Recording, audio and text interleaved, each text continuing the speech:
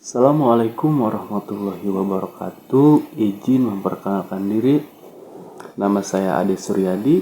Pada kesempatan kali ini saya akan menjelaskan atau mempresentasikan alur data menggunakan Orange. Sini saya langsung masuk ke sebuah inti alurnya saja. Sini ada import dataset file ke data tabel. Pada tahap ini, dataset dimasukkan ke dalam Orange menggunakan widget file. File digunakan untuk membaca data dari file seperti CSV, Excel, dan lain-lain. Data tabel digunakan untuk melihat isi dataset secara keseluruhan. Tujuannya yaitu memastikan data berhasil dimuat dan memeriksa struktur data seperti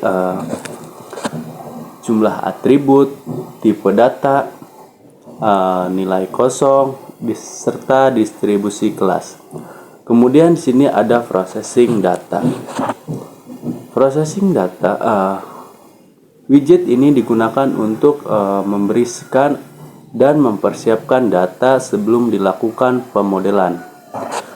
Proses yang biasanya dilakukan yaitu menghapus nilai kosong, kemudian mengubah data kategorikal menjadi numerik, serta normalisasi data hingga menghapus data duplikat. Alasannya yaitu data mentah sering mengundang noise sehingga perlu diproses agar model dapat bekerja lebih optimal. Kemudian di sini ada normalisasi data. Normalisasi digunakan untuk menyamakan skala seluruh atribut. Contohnya yaitu sebelum atau sesudah, seperti umur serta penghasilan. Metode yang umum digunakan yaitu min-max, scaling, serta G-score. Alasan normalisasi karena algoritma seperti KNN sangat sensitif terhadap skala data. Kemudian tanpa normalisasi, atribut bernilai besar akan mendominasi perhitung jarak. Kemudian di sini ada seleksi variabel atau select column, digunakan untuk menentukan seperti fitur, target atau kelas atau label, serta meta atribut. Tujuannya yaitu memastikan hanya atribut yang relevan yang digunakan dalam pemodelan. Kemudian yaitu comments, digunakan untuk mengelompokkan data dalam beberapa klaster berdasarkan kemiripan karakteristik. Alasannya yaitu pemilihan comments karena mudah diterapkan, cepat untuk dataset berukuran besar, mampu menemukan pola tersembunyi pada data.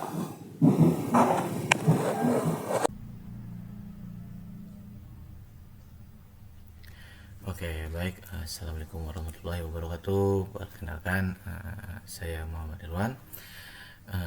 Di video kali ini saya akan melanjutkan video dari kawan saya, yaitu Ade Suryadi.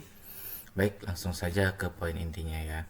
Di sini kita akan melanjutkan dari skema atau alur ya, yang sudah dijelaskan oleh Ade Suryadi dari 1 sampai 3, dan dari sini saya bagian 4 dan untuk seterusnya. Di sini kita langsung masuk ke seleksi variabel select column ya. Nah, di sini ada ignore, fitur, target sama metas. Ya, di sini tujuannya memastikan hanya atribut yang relevan yang digunakan dalam pemodelan. Nah, terus masuk ke clustering. Di sini menggunakan Kamins. Ya, kita buka Kaminsnya. Di sini ada number cluster, normalis column, initializes, dan reruns maximum iterations. Alasan pemilihan Kamins karena mudah diterapkan, cepat untuk dataset, berukuran besar mampu menemukan pola tersembunyi pada data. Pada parameter comments, parameter nilai, number of cluster, 2 atau 3 distance measure, Euclidean, intelligent random, dan tahap 6. Tahap 6 di sini ada scatter plot. Nah, scatter plot ini ada namanya aksis Y dan aksis X dan aksis Y. Attributes, color, sub size, label, symbol size, opacity, jittering, ada jitter numeric values, show color region, show legend, show grid lines, show all data on mouse hover, third variable as independent. Ada di sini zoom, select, ada pen juga, ada zoom, ada select. Nah ini banyak data ya. Ini ada warna merah-merah. Nah ini adalah cluster ya, menunjukkan cluster warna merah, kuning, biru, pink, ada kuning, ada biru muda juga ya di sini. Tujuannya untuk mengetahui apakah klaster terbentuk dengan baik, mengidentifikasi pola persebaran data. Nah, ini adalah data-datanya. Nah, ini banyak data ya. Nah, tuh. Baik, kita next lanjut.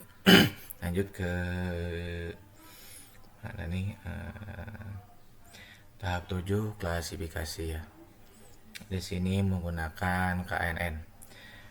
Nah, KNN itu adalah K-Nets Neighbor. Algoritma KNN mengklasifikasi data berdasarkan tetangga terdekat. Nah, di sini ada name neighbor, number neighbor, matrix weight. Nah, alasan pemilihan KNN sederhana karena akurat. Pada dataset kecil hingga menengah, cocok untuk data yang dinormalisasi parameter model KNN. Parameter nilai, number of neighbors, K5, distance metric, Euclidean, weight, uniform. Nah, di sini dan ada point B, naive Bayes. Naive Bayes ya yang ini. Nah, di sini naive Bayes menggunakan teorema Bayes untuk memprediksi kelas. Alasan pemilihan naive Bayes: proses cepat, efektif pada data multidimensi, baik untuk klasifikasi probabilistik, parameter model naive Bayes, parameter nilai, probability estimation default, prior probability automatic. Nah, ini ya naive Bayes. Di sini kita lanjut ke evaluasi model, evaluasi test and score ya. Evaluasi model test and score. Di sini ada cross validasi dan certification, ada random sampling, repeat train test, ada train set size, live on out, test on train data, test on test data. Di sini ada evaluation result for target. Di sini ada model outs, CA, F1 saat F1, Fred Circle MCC. Di sini ada nilai-nilainya. Ya, di sini di KNN itu ada nilai 0,59. Ada 84, ada sekian dan sekian. Di sini beda dengan naive, datanya berbeda dengan naive ya. Widget ini digunakan untuk mengevaluasi performa model. Dan metode evaluasi yang digunakan cross validasi. Misalnya 10 volt cross validation dibagi menjadi 10 bagian. Di sini ada 9 bagian untuk pelatihan dan 1 bagian untuk pengujian dari 10 data. Dari 10 data ya. Proses diulang sebanyak 10 kali dan 2 hasil langsung kita masuk ke hasil interpretation konvensi metrik. Prediksi positif, prediksi negatif, aktual positif 90-10, aktual negatifnya 8/982. Interpretasi true positif, TP-nya 90, data positif berhasil diprediksi positif, true negatif TN 92. Data negatif berhasil diprediksi negatif, false positif FP 8, data negatif yang diprediksi menjadi positif, false negatif FN. Data positif salah prediksi menjadi negatif. Contohnya matriks evaluasi, akurasi, TP tambah TN tambah FN tambah EP tambah TFN dan tambah TP TN. Sebenarnya hasilnya 200 dari 90 per 92.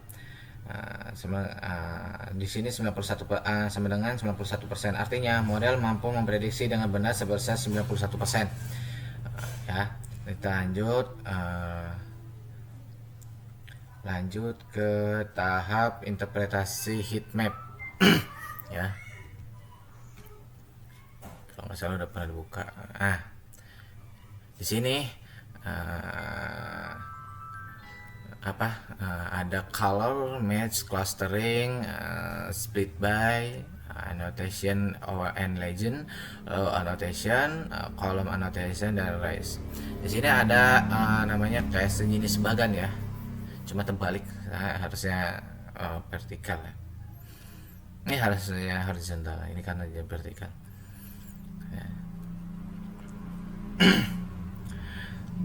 Di sini heatmap merupakan visualisasi dari function matrix. Semakin gelap warna, semakin banyak jumlah data. Di sini kan ada banyak gelap. Lihat di sini tuh ada warna biru, ada hijau muda, hijau tua. Nah, jadi semakin gelap warnanya ini, semakin banyak jumlah data. Dan masuk ke interpretasi, warna gelap pada diagonal utama menunjukkan prediksi benar sangat tinggi, warna terang di luar diagonal menunjukkan kesalahan prediksi rendah. Jika mayoritas warna berada pada diagonal, maka model memiliki performa yang baik. Sebaliknya, jika banyak warna gelap di luar diagonal, maka model masih sering salah melakukan klasifikasi. Nah, di sini ya, sini. Nah, empatnya itu kita langsung masuk ke insight-nya ya. Insight yang dapat diambil dari model berdasarkan workflow tersebut. Insight yang dapat diperoleh antara lain, data berhasil dikelompokkan menggunakan Kemens. Hal ini menunjukkan bahwa terdapat pola dan karakteristik tertentu dalam dataset. Proses normalisasi meningkatkan performa model karena algoritma KNN sangat bergantung pada jarak antar data. 3. Perbandingan dua algoritma klasifikasi. Jika nilai akurasi KNN lebih tinggi, maka data memiliki pola berdasarkan kedekatan antar atribut. Nah, di sini jika KNN dan netbase lebih tinggi, berarti atribut memiliki hubungan probabilistik yang kuat. Yang keempatnya, ada convention matrix menunjukkan tingkat kesalahan model. Semakin sedikit nilai false positif dan false negatif, semakin baik modelnya. 5. Heatmap. Heatmap membentuk mengidentifikasi kelas yang sering salah diprediksi. Dengan demikian dapat dilakukan seleksi fitur tambahan, penambahan data latih, tuning parameter model. Kesimpulan, workflow orang di atas melakukan proses data mining secara lengkap, dimulai dari import data, processing, normalisasi, seleksi atribut, clustering Q-means, klasifikasi KNN dan naive-Bayes, evaluasi, model test and score, convention, metric head and map, dan rock analysis. Hasil evaluasi digunakan untuk menentukan algoritma yang memiliki performa terbaik dalam melakukan klasifikasi, sehingga dapat mendukung pengambilan keputusan berdasarkan pola yang ditemukan pada data. Oke, baik. Mungkin itu saja yang saya bisa paparkan. Kurang lebihnya mohon maaf. Billahi taufiq wal hidayah. Wassalamualaikum warahmatullahi wabarakatuh. Assalamualaikum warahmatullahi wabarakatuh. Di sini saya akan menjelaskan tentang visualisasi data pada program makanan bergizi gratis. Jadi visualisasi data itu adalah proses menyajikan data dalam bentuk grafik, tabel, diagram, peta, atau infografis agar informasi lebih mudah dipahami, dianalisis, dan dikomunikasikan. Tujuannya untuk memudahkan memahami pola dan tren data, membantu menemukan hubungan atau perbandingan antar data, mendukung pengambilan keputusan berdasarkan fakta dan data, terus menyampaikan informasi yang kompleks secara lebih jelas. Nah, di sini saya akan membahas tentang visualisasi data yang mencakup grafik volume tweet per hari atau per jam, word cloud, isu domain, bar chart, top hashtag, network graph, sentiment distribution. Terus tools yang digunakan itu yaitu Google Colab. Baik, kita akan lanjut pada poin pertama yaitu volume tweet per hari untuk mengetahui aktivitas pembicaraan masyarakat pada topik MBG ini. Jadi interpretasi yang didapatkan itu pada awal periode jumlah tweet relatif rendah dan stabil berkisar antara 10 sampai 90 tweet per hari.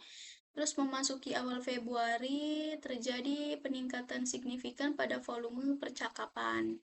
Terus puncak pembahasan itu terjadi pada tanggal 10 Februari 2025 dengan hampir 1000 tweet dalam satu hari. Setelah mencapai puncak, jumlah tweet menurun namun tetap lebih tinggi dibandingkan periode sebelumnya. Dan insight-nya itu lonjakan tweet mengindikasikan adanya peristiwa penting, pengumuman kebijakan atau diskusi yang viral terkait program MBG. Tingginya aktivitas percakapan menunjukkan bahwa MBG merupakan isu yang dapat menjadi perhatian masyarakat waktu itu.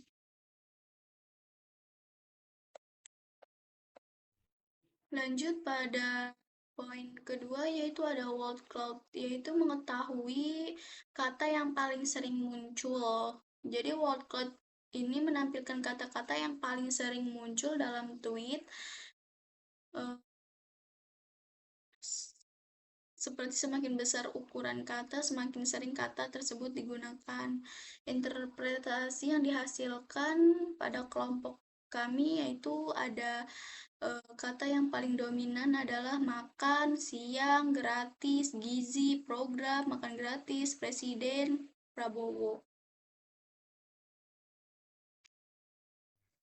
Terus insight-nya itu ada mayoritas percakapan berfokus pada program pemberian makan siang gratis dan peningkatan gizi. Terus ada fokus utama diskusi mengenai manfaat program bagi siswa dan masyarakat. Lanjut pada visualisasi ketiga yaitu top hashtag atau tampilan bar chart hashtag gitu ya. Interpretasinya yaitu hashtag yang paling banyak digunakan itu ada makan bergizi gratis, sukses, hashtag sukses kan Astacita, terus ada hashtag makan sehat gratis, hashtag transformasi tingkatkan pendidikan, hashtag makan siang gratis, hashtag Prabowo, hashtag makan gizi gratis, hashtag penuhi gizi Indonesia. Terus insight-nya itu menghasilkan hashtag makan bergizi gratis menjadi identitas utama percakapan. Hashtag sukseskan Astagita menunjukkan keterkaitan program MBG. Terus kehadiran hashtag Prabowo menunjukkan figur pemerintah menjadi diskusi publik mengenai MBG. Terus ada poin keempat, network graph, yaitu visualisasi ini menunjukkan hubungan antara akun dan hashtag yang sering muncul bersamaan dalam pembahasan MBG. Interpretasi yang dihasilkannya yaitu berupa node menjadikan node atau pusat jaringan yang memiliki hubungan dengan berbagai hashtag lainnya seperti makan sehat gratis, hashtag makan siang gratis, hashtag penuhi gizi Indonesia, dan hashtag MBG. Network graph ini menunjukkan bahwa percakapan mengenai MBG membentuk jaringan yang terpusat pada hashtag makan bergizi gratis.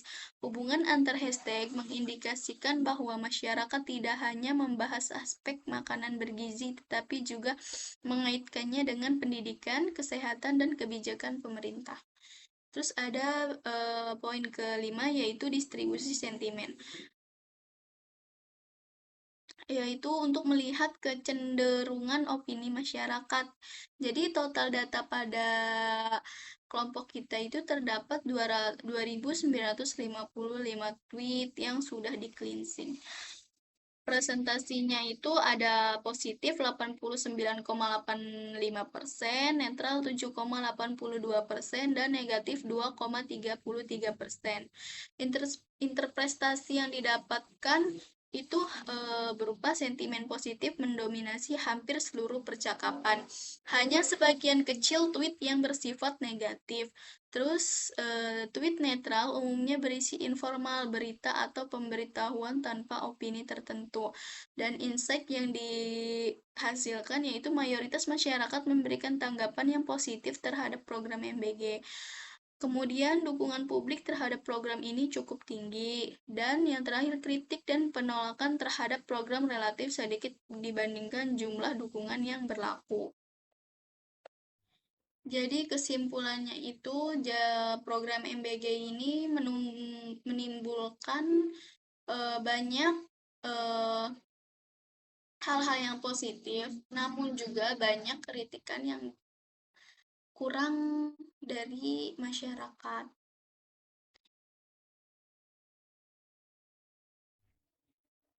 Tingginya presentasi sentimen positif mengindikasikan bahwa mayoritas pengguna Twitter mendukung dan memberikan tanggapan yang baik terhadap program tersebut. Selain itu, jumlah opini negatif relatif kecil sehingga kritik atau penolakan terhadap program masih berada pada tingkat yang rendah. Dengan demikian, dapat disimpulkan bahwa tingkat penerimaan dan dukungan publik terhadap program MBG tergolong tinggi. Sekian dari saya, kurang lebihnya mohon maaf. Wassalamualaikum warahmatullahi wabarakatuh. Materi selanjutnya akan dijelaskan oleh teman saya. Halo teman-teman, di video kali ini aku mau ajak kalian kenalan sama dulu scripting di Google Colab menggunakan bahasa Python. Secara sederhana, scripting itu adalah proses kita nulis instruksi atau perintah supaya komputer bisa melakukan tugasnya. Mulai dari menampilkan teks, hitung-hitungan, sampai mengolah data yang super kompleks. Nah, buat menjalankan itu semua, kita pakai Google Colab. Karena ini platform berbasis cloud dari Google. Jadi nggak perlu tuh kita harus install aplikasi berat. Kita tinggal buka browser aja. Oke, sekarang masuk ke bagian inti yang aku tangani, yaitu scripting dan modeling. Di sini aku yang mengatur alur logika supaya proses pengolahan data berjalan mulus. Tugas aku mencakup pelabelan sentimen otomatis, jadi sistem bisa mendatakan mana komentar positif, negatif, atau netral ya secara cerdas. Setelah data siap, aku membagi dataset menjadi dua bagian. Data training untuk melatih model naive Bayes kita agar pintar, dan data testing untuk menguji seberapa akurat model itu bekerja. Hasil pengujian bisa kita lihat langsung di Confucian Metric. Jadi kita punya bukti nyata seberapa akurat sistem kita. Terakhir, aku juga menjalankan LDA Topic Modeling dan K-means clustering untuk menampilkan data ke dalam topik-topik tertentu secara otomatis. Dengan struktur scripting yang rapi seperti ini, hasil analisa kita jadi jauh lebih akurat dan terpercaya. Sekian penjelasan dari aku, semoga teman-teman jadi ada gambaran ya. Terima kasih. Selanjutnya, pada tahap ini saya melakukan proses data cleansing atau pembersihan data. Tujuan dari proses ini adalah untuk membersihkan data hasil scraping agar lebih rapi, konsisten, dan siap digunakan pada proses analisis sentimen. Hasil ini dilakukan karena data yang diambil dari media sosial, khususnya Twitter atau X, biasanya masih mengandung banyak data yang tidak diperlukan, seperti link, simbol, karakter aneh, maupun data yang kosong. Langkah pertama yang saya lakukan adalah case folding, yaitu mengubah seluruh huruf pada isi tweet menjadi huruf kecil atau lowercase. Tujuannya agar penulisan kata menjadi seragam sehingga sistem tidak menganggap kata yang sebenarnya sama sebagai kata yang berbeda. Setelah itu, saya menghapus seluruh URL atau link yang terdapat pada tweet. Link tidak memberikan informasi mengenai isi atau sentimen dari sebuah tweet sehingga hanya akan menjadi noise atau gangguan pada proses analisis. Dengan menghapus URL, isi tweet menjadi lebih fokus pada kalimat yang benar-benar ingin disampaikan oleh pengguna. Tahap berikutnya adalah membersihkan karakter yang rusak atau karakter aneh yang muncul akibat proses scraping, seperti emoji atau simbol yang tidak dapat dibaca oleh sistem. Karakter tersebut dihapus agar teks menjadi lebih bersih dan mudah diproses. Selanjutnya, saya menghapus mention, angka, dan simbol yang tidak diperlukan. Mention seperti @username tidak memiliki pengaruh terhadap analisis sentimen, sehingga dapat dihapus. Begitu juga dengan angka dan simbol yang tidak memiliki makna, namun saya tetap mempertahankan tanda hashtag karena hashtag nantinya digunakan untuk melihat topik atau kata kunci yang sering muncul dalam tweet. Setelah itu, saya melakukan proses penghapusan stop words. Stop word adalah kata yang sering muncul dalam sebuah kalimat, tetapi tidak memiliki makna penting untuk analisis sentimen. Misalnya kata yang, dan, di, ke, itu, serta beberapa kata umum yang sering digunakan di media sosial. Dengan menghapus kata-kata tersebut, isi tweet menjadi lebih ringkas dan hanya menyisakan kata-kata yang memiliki informasi penting. Kemudian saya melakukan normalisasi timestamp atau waktu unggahan tweet. Tujuannya agar seluruh data memiliki format tanggal dan waktu yang sama sehingga lebih mudah digunakan apabila ingin dilakukan analisa atau analisis berdasarkan waktu. Selanjutnya, saya melakukan normalisasi pada beberapa kolom data seperti username, lokasi, atau place, dan tweet URL. Jika terdapat data yang kosong, maka data tersebut disesuaikan atau diberikan nilai yang sesuai agar seluruh data tetap konsisten dan tidak menimbulkan masalah pada proses pengolahan berikutnya. Setelah itu, saya melakukan normalisasi data engagement, yaitu jumlah like, retweet, replay, dan quote. Semua data tersebut diubah menjadi bentuk numerik sehingga data dihitung. Kemudian saya membuat satu kolom baru, yaitu total engagement, yang merupakan jumlah dari like, retweet, replay, dan quote. Kolom ini digunakan untuk mengetahui tingkat interaksi dari setiap tweet. Tahap berikutnya adalah deteksi bahasa menggunakan library LangDetect. Tujuannya untuk mengetahui bahasa yang digunakan pada setiap tweet setelah proses pembersihan selesai dilakukan. Setelah itu, setelah bahasa berhasil dideteksi, saya menghapus seluruh tweet yang kosong atau tidak memiliki isi setelah proses pembersihan. Data seperti ini tidak dapat digunakan dalam analisis sentimen sehingga harus dihilangkan. Selanjutnya, saya melakukan filtering bahasa sehingga hanya tweet yang menggunakan bahasa Indonesia yang dipertahankan.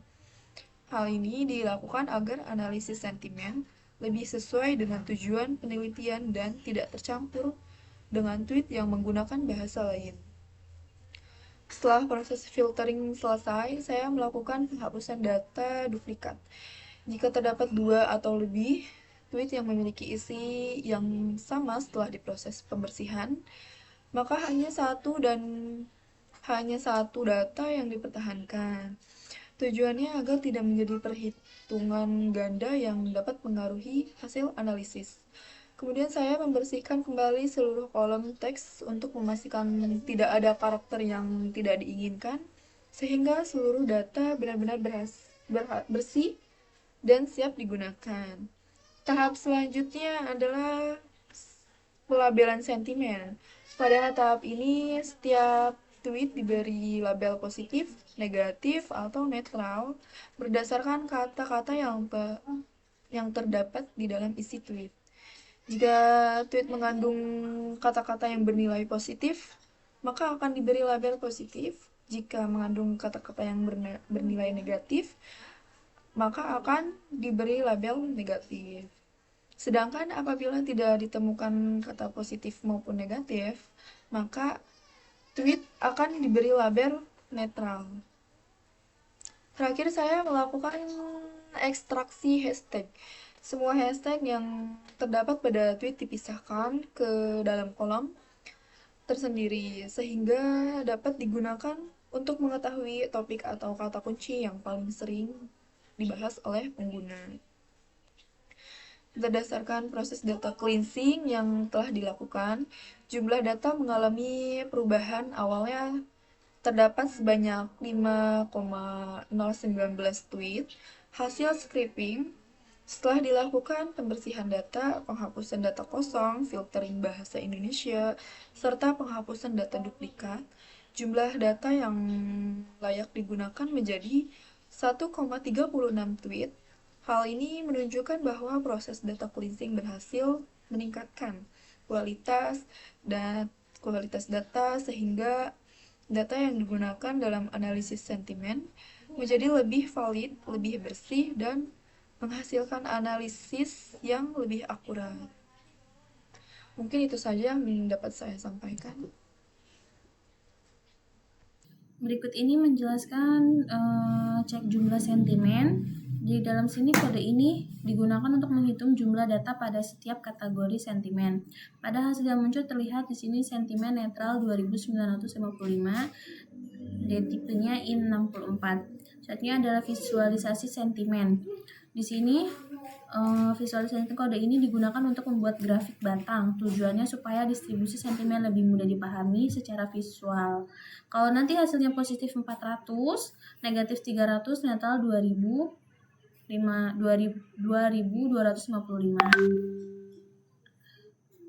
Maka batang netral akan paling tinggi. Selanjutnya naive Bayes.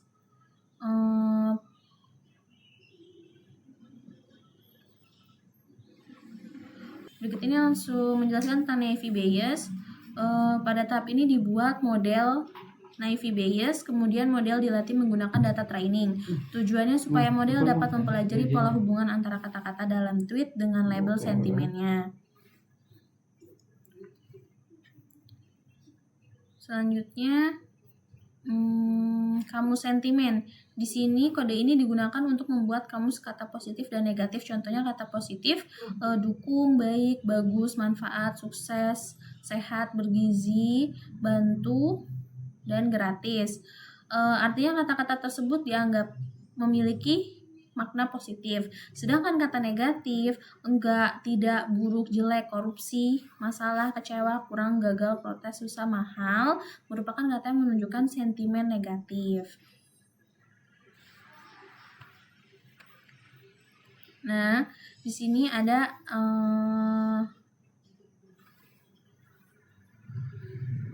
labeling sentimen. Nah, labeling sentimen ini setelah kamus dibuat, program akan membaca setiap tweet. Kemudian program menghitung apakah lebih banyak mengandung kata positif, kata negatif, atau tidak ada keduanya. Misalnya, tweet yaitu program makan bergizi gratis sangat bagus karena terdapat kata bergizi, gratis, dan bagus, maka tweet diberi label positif seperti itu. Jika contoh lainnya program ini buruk atau mengecewakan karena terdapat kata buruk, maka diberilah label dengan negatif. Jika tidak ditemukan kata positif maupun negatif, maka hasilnya ialah netral. Seperti itu.